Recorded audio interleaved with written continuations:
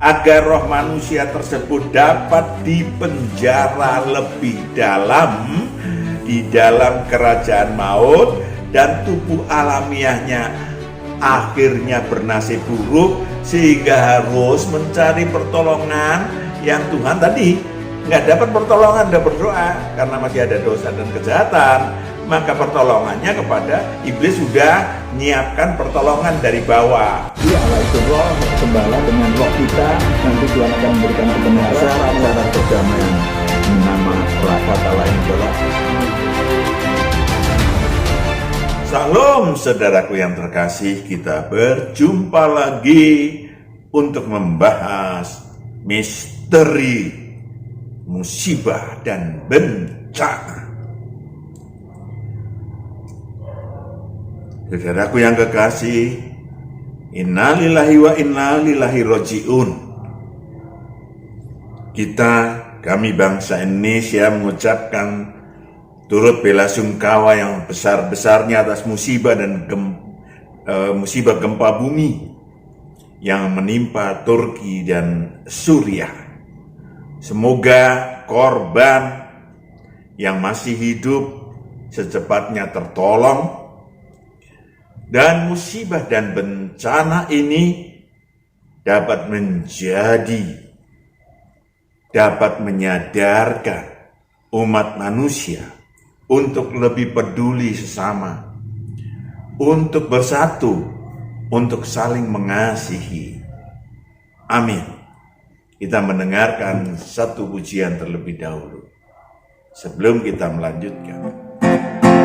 Engkaulah perisaiku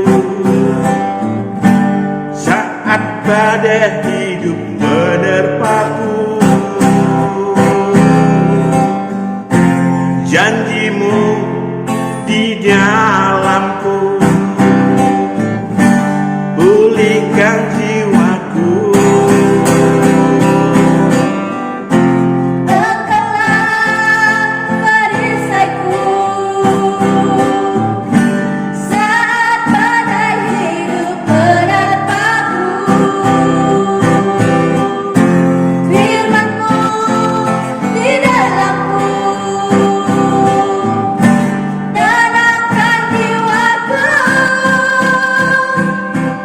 Berdiri di tengah badai dengan kekuatan yang kau berikan. Sampai kapanpun ku kan bertahan, karena Yesus selalu menopang hidupku.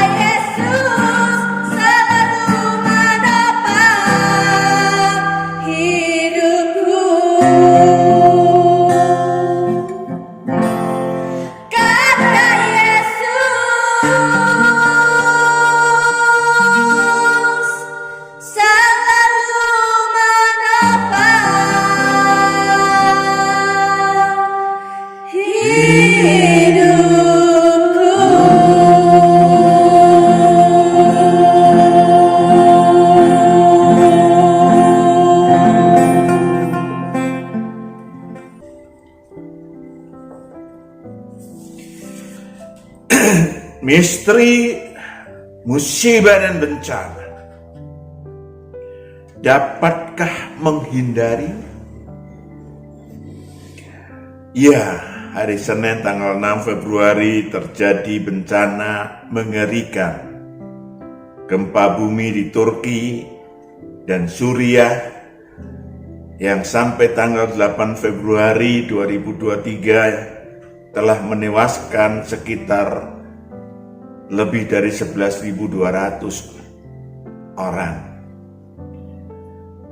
Tentu Anda masih ingat musibah menimpa di Cianjur Senin 21 November 2022 yang menewaskan sekitar 635 orang. Selain itu juga memporak-porandakan daerah Cianjur, saudara yang kekasih, yang maafkan, terdampak bencana. Sesungguhnya bencana di muka bumi ini tidak cuma gempa bumi. Ada tsunami, ada gunung meletus, ada longsor, ada perang, dan lain-lain. Juga berbagai musibah terjadi di mana-mana, menimpa manusia dari mulai kecelakaan lalu lintas sampai pembunuhan dan sebagainya. Apa sih sesungguhnya yang terjadi? Mari kita telusuri kebenarannya. Saudaraku yang kekasih, kita tinggal diletakkan di Dikblengsel, pendidikan, penggemblengan, dan seleksi untuk calon anak-anak Allah. Di muka bumi ini kita belajar kebenaran. Di muka bumi ini kita belajar apa yang disebut sebagai perbuatan baik dan perbuatan jahat. Di muka bumi ini kita belajar hukum sebab akibat. Maka di muka bumi ini ada sarana-sarana yang kita mempelajari tentang tadi, khususnya hukum sebab akibat. Wahyu 8 ayat 6 sampai 9. Wahyu 8 ayat 6 sampai 9. Dan ketujuh malaikat yang memegang ketujuh sangkakala itu bersiap-siap untuk meniup sangkakala. Lalu malaikat yang pertama meniup sangkakalanya, dan terjadilah hujan es dan api bercampur darah, dan semuanya itu dilemparkan ke bumi. Semua itu dilemparkan ke bumi, api yang hidup.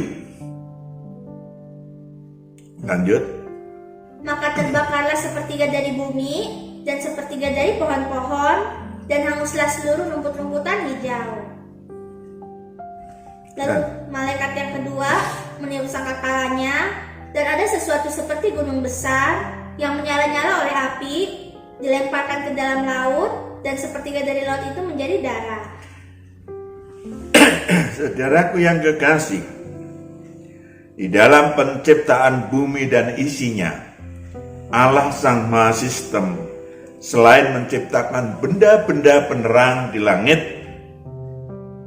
bulan, matahari, bintang, ya, yang memiliki sistem yang canggih, baik canggih dalam waktu tayang panjang, udah miliar tahun, maupun gaya tarik yang membuat benda-benda langit tersebut tidak berbenturan. Sang Mahasistem lah yang menciptakan, Allah yang Mahasistem. Jadi kalau nggak ada Allah ya udah berantakan lah. Karena Sang Mahasistem telah menciptakan sedemikian rupa. Dan di dalamnya kita dapat belajar berbagai sistem yang Allah ciptakan untuk kita fahami. Saudaraku yang kekasih, termasuk sekali lagi hukum sebab akibat. Ya, Allah yang Mahasistem menciptakan bagi manusia, khususnya makhluk yang di bumi ini juga flora lah dan fauna lah pada umumnya untuk kehidupan mereka. Tentu saja di dalamnya kita lihat ada api yang sangat dibutuhkan manusia, dan ada air yang sangat dibutuhkan manusia. Tetapi di dalam hukum sebab akibat, api dapat membunuh manusia, membakar manusia. Saudaraku yang kekasih, demikian juga air sangat dibutuhkan manusia, dapat membunuh manusia, tsunami dan lain-lain. Saudaraku yang kekasih, maka Allah memberikan kepada khususnya makhluk manusia, kecerdikan dan kecerdasan yang luar biasa, supaya manusia dapat mengatasi semua itu. Maka manusia sampai hari ini, sampai mendatang, sampai kiamat masih tetap eksis. Sementara dinosaurus sebagai contoh tidak eksis. Saudaraku yang kekasih, makhluk yang namanya manusia, yang tadi kita sudah dengar tentang penciptaan manusia, bahwa manusia itu makhluk yang cerdik sehingga dapat mengelola api, dapat mengelola air untuk kebutuhan manusia tanpa harus mencelakakannya. Gunung-gunung berapi dan lempeng-lempeng di bawah tanah Allah ciptakan untuk kelangsungan hidup. Ya. Bumi sehingga cukup lama lah. Udah 5 miliar lebih umur bumi ini, saudaraku yang kekasih. Maka diciptakan oleh Allah yang Maha Sistem berbagai sistem supaya tetap berlangsung bumi ini. Saudaraku yang kekasih, dan berguna bagi kebutuhan manusia yang tinggal di dalamnya. Bumi yang walaupun sudah berumur miliar tahun tetap eksis, tetap layak dihuni oleh manusia. Namun manusia yang nekat, maaf tanda kutip ya, manusia yang tidak memahami tentang hukum sebab akibat, ya, tentu akan terkena risiko, saudaraku yang kekasih.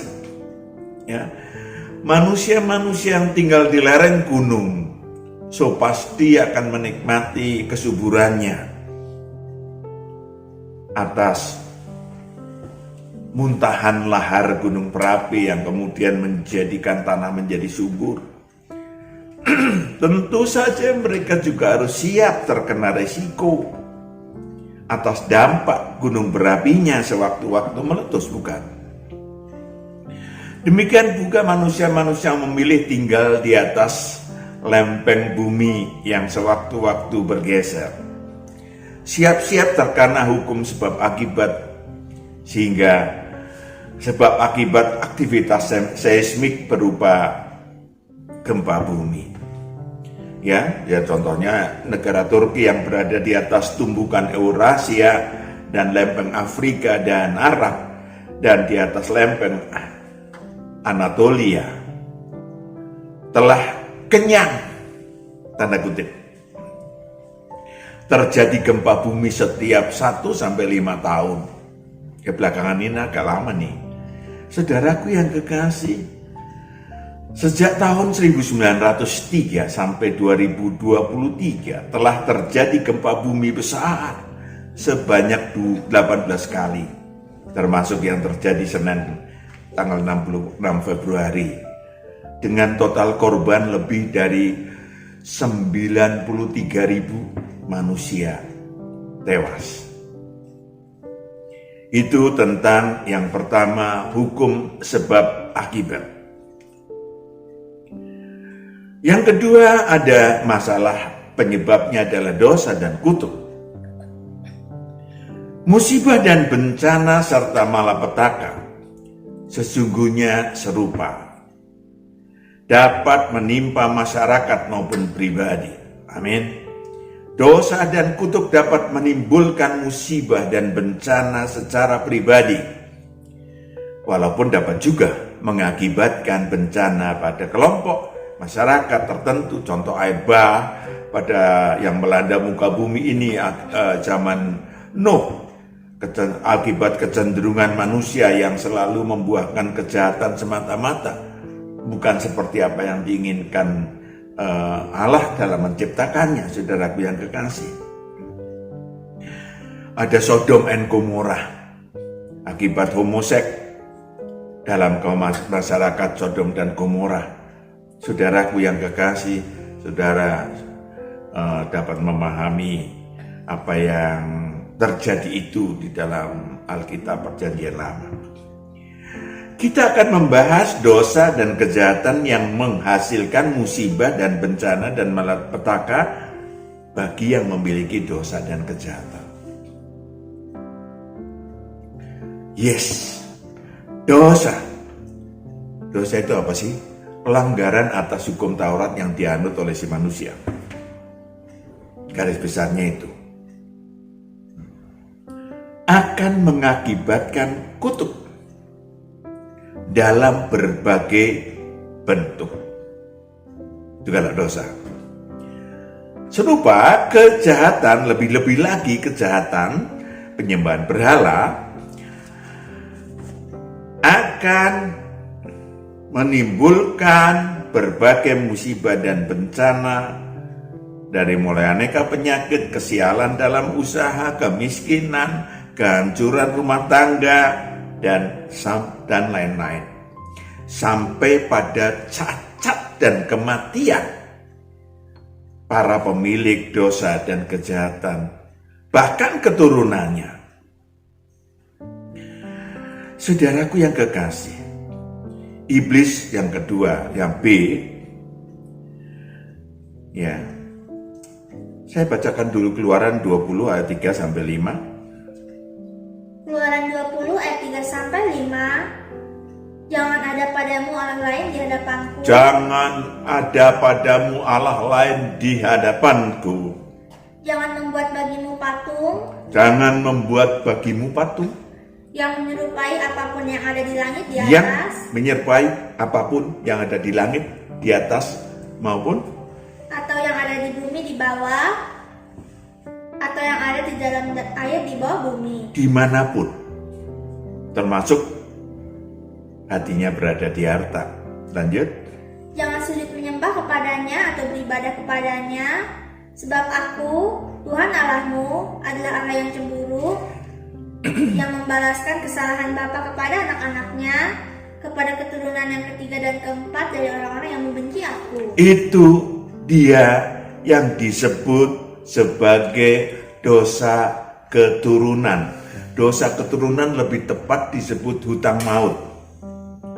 Iblis berhak menagih hutang maut pada manusia-manusia yang memiliki pemberhalaan maupun keturunannya sampai keturunan keempat.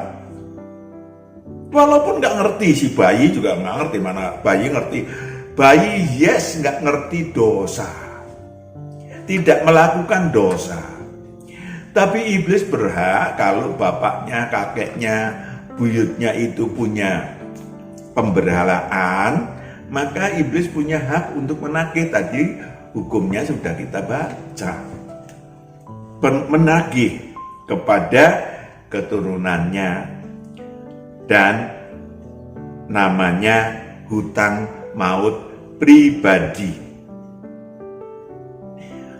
atau hutang maut keturunan. Maka iblis memiliki hak untuk menimpakan kepada si manusia dan keturunannya tersebut yang A, melaksanakan, mengenakan berbagai kutuk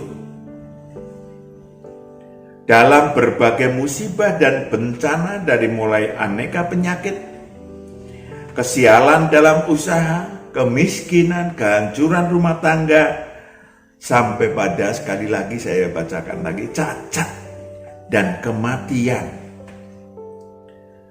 Bahkan kematian dini, maka bayi ada yang cacat, ada yang meninggal, remaja ada yang tubruk mobil, ya itu kalau itu belum berdosa mereka deh. Mereka belum berdosa, yes, tetapi mereka memiliki hutang maut. Saudaraku yang kekasih, bagi para pemilik hutang maut akan siap-siap terkena musibah dan bencana yang dilakukan oleh iblis. B. Iblis berhak meletakkan, perhatikan baik-baik. Iblis berhak meletakkan roh-roh jahat sesuai dengan hutang mautnya dalam diri si manusia yang memiliki hutang maut tadi.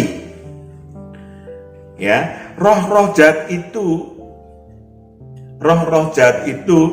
akan bekerja keras, akan mengukir, membentuk karakter buruk, membentuk kenajisan-kenajisan, membentuk absintus, menyokolkan absintus. Saudaraku yang kekasih, yang akan membuat nasib buruk si manusia terlaksana berupa musibah dan bencana. Kita tengok Yesaya 59 ayat 1 sampai 12 supaya paham. Kita panjang dulu membaca sambil menerapkan, memahami. Yesaya 59 ayat 1 sampai 12. Sesungguhnya tangan Tuhan tidak kurang panjang untuk menyelamatkan. Perhatikan baik-baik, tangan Tuhan tidak kurang panjang untuk menyelamatkan. Dan pendengarannya tidak kurang tajam untuk mendengar. Yes, perhatikan baik-baik. Lanjut. Tetapi yang merupakan pemisah antara kamu dan Allahmu ialah segala kejahatanmu, dan yang membuat dia menyembunyikan diri terhadap kamu sehingga ia tidak mendengar ialah segala dosamu. Ada kejahatan, ada dosa, sehingga Allah tidak mau mendengar, tidak sudi mendengar doa saudara, doa mereka. Lanjut. Sebab tanganmu cemar oleh darah dan jarimu oleh kejahatan, mulutmu mengucapkan dusta, lidahmu menyebut-nyebut kecurangan. Tidak ada yang mengajukan pengaduan dengan alasan benar, dan tidak ada yang menghakimi dengan alasan teguh. Lanjut. Orang mengandalkan kesia-siaan dan mengucapkan dusta.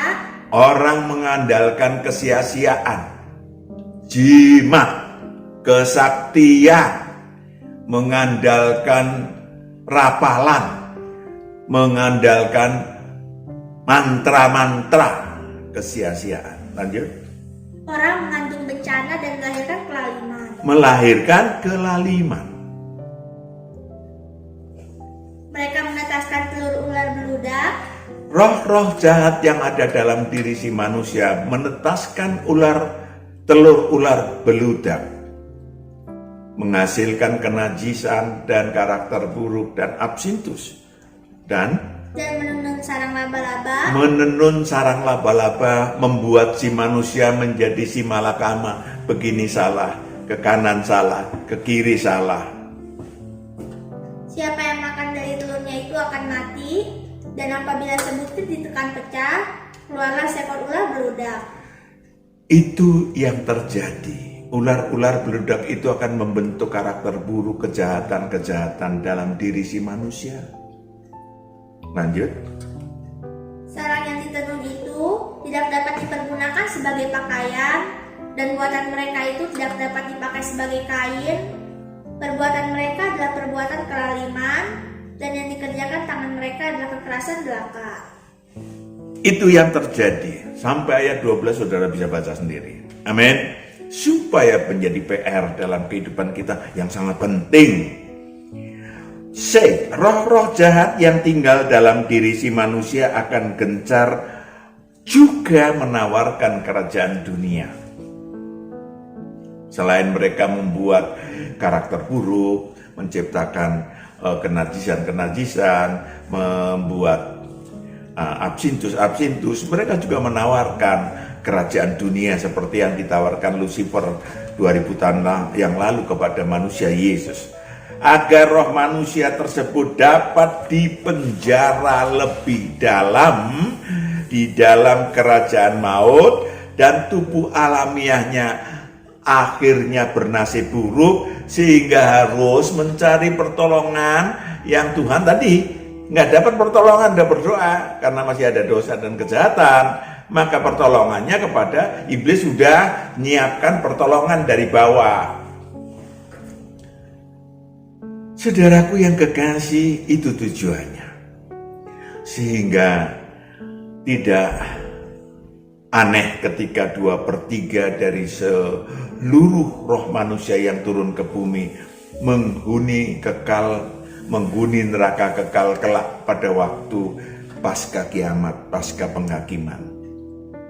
Saudaraku yang kekasih, tentu so pasti saudara dan saya tidak pengen, amin, masuk ke neraka, masuk ke alam maut. No way. Mari giat menghindari bencana dan musibah. Sejak 2000 tahun yang lalu, pasca anak manusia disalibkan, dia sudah berubah. Ini yang tidak jarang. Yang jarang, saudara, orang memahami. Ya, disangka ini agama, bukan. Ini fakta, ini keilahian. Ya. Yang disalibkan, yes, anak manusia, rohnya sekarang menjadi yang awal, yang akhir, dan yang hidup. Wahyu 1 ayat 17 sampai 18. Wahyu 1 ayat 17 sampai 18. Ketika aku melihat dia, tersungkurlah aku di depan kakinya sama seperti orang yang mati. Tetapi ia meletakkan tangan kanannya di atasku lalu berkata, "Jangan takut. Jangan takut. Aku adalah yang awal dan yang akhir. Aku adalah yang awal dan yang akhir dan yang hidup. Yang hidup. Aku telah mati, namun lihatlah, aku hidup." Roh tubuh alamiahnya sudah mati, tetapi rohnya hidup. Sampai selama-lamanya. Sampai selama-lamanya. Dan aku memegang segala kunci maut dan kerajaan maut. Ingat, dia yang awal dan yang akhir dan yang hidup memegang kunci maut dan kunci kerajaan maut. Saudara ingin terlepas dari maut dan ingin terlepas dari kerajaan maut, rohnya terlepas dari kerajaan maut, nasib saudara mau baik, tidak gampang terkena musibah dan bencana, bertobat dan percaya kepadanya. Roma 8 ayat 1 sampai 2, sehingga hukum dosa dan hukum maut dihapuskan dari diri kita, dari diri saudara, dari diri saya. Roma 8 ayat 1 sampai 2, demikianlah sekarang tidak ada penghukuman bagi mereka yang ada di dalam Kristus Yesus. Roh yang memberi hidup telah memerdekakan kamu dalam Kristus dan dari hukum dosa dan hukum maut.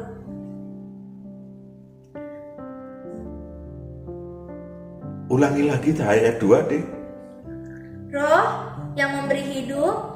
Roh yang memberi hidup, perhatikan baik-baik. Roh saudara dihidupkan oleh roh Allah. Telah memerdekakan kamu dalam Kristus. Memerdekakan kamu dalam Kristus. Dari hukum dosa. Dari hukum dosa dan hukum maut. Hukum maut artinya saudara hapus hutang mautnya. Amin. Terhapus hutang mautnya. B. Sejak 2000 tahun yang lalu Sang Kristus sudah membuka kerajaan Allah di bumi. Kerajaan Allah ada 3 ya. Kerajaan Allah di bumi, kerajaan Allah tingkat 3 Firdaus dan surga kekal. Ya. Saudaraku yang kekasih, kerajaan Allah di bumi di antara kita. Itu adalah tempat di dalamnya akan aman. Saudara akan aman. Saudara akan mendapatkan kebenaran. Ya, untuk hal-hal ilahi khususnya pelajaran tentang yang baik dan yang jahat dan lain-lain, dan hal-hal jasmani.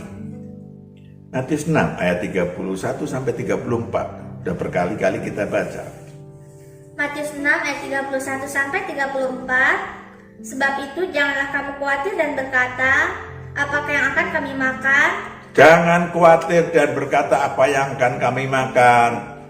Apakah yang akan kami minum? Yes, and then? Apakah yang akan kami pakai? Semua itu Dari dicari. mulai hal besar, ketakutan untuk kena musibah dan bencana, sampai hal-hal yang hari-hari lah. Apa yang gua harus kemakan dan seterusnya. And then? Semua itu dicari bangsa-bangsa yang tidak mengenal Allah. Akan tetapi Bapamu yang di sorga tahu bahwa kamu memerlukan semuanya itu. Kamu memerlukan semuanya itu. And then? Tetapi carilah dahulu kerajaan Allah dan kebenarannya. Carilah dahulu kerajaan Allah dan kebenarannya. Maka semuanya itu akan ditambahkan kepadamu. Semuanya itu akan ditambahkan kepadamu.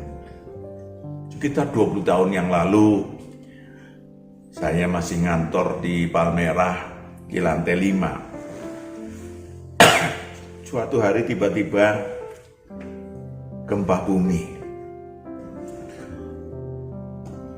Gedung itu bergoyang-goyang. Saudaraku yang kekasih, saya dengan pegawai saya kebetulan tinggal 2 orang karena sudah jam 3:30, jam 4 kalau nggak salah. Jam 3:30, jam 3. Saudaraku yang kekasih, saya berdoa, Tuhan, apa yang harus kami kerjakan? Tuhan menjawab, masuk ke kolong meja kantor, ayo masuk ke kolong meja. Dan kami masuk ke kolong meja. Nah, agak panjang juga itu yang namanya gempa. Setelah gempa selesai, saya ajak pegawai saya turun ke bawah pakai lift. Ya, saudaraku yang kekasih, begitu keluar di halaman kantor, mereka sudah kumpul semua di halaman, ratusan orang, dan kami berdua kayak orang ketiduran. Mungkin mereka menganggap kami ketiduran, saudara. Saudaraku yang kekasih, ada kebenaran yang Tuhan sampaikan untuk segala musibah dan bencana atau apapun. Saudaraku yang kekasih,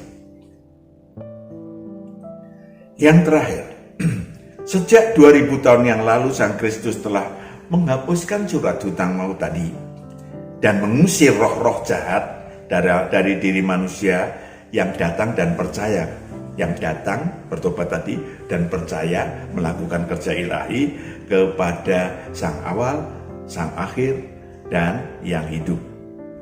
Ya, Kolose 1 ayat 13 sampai 15.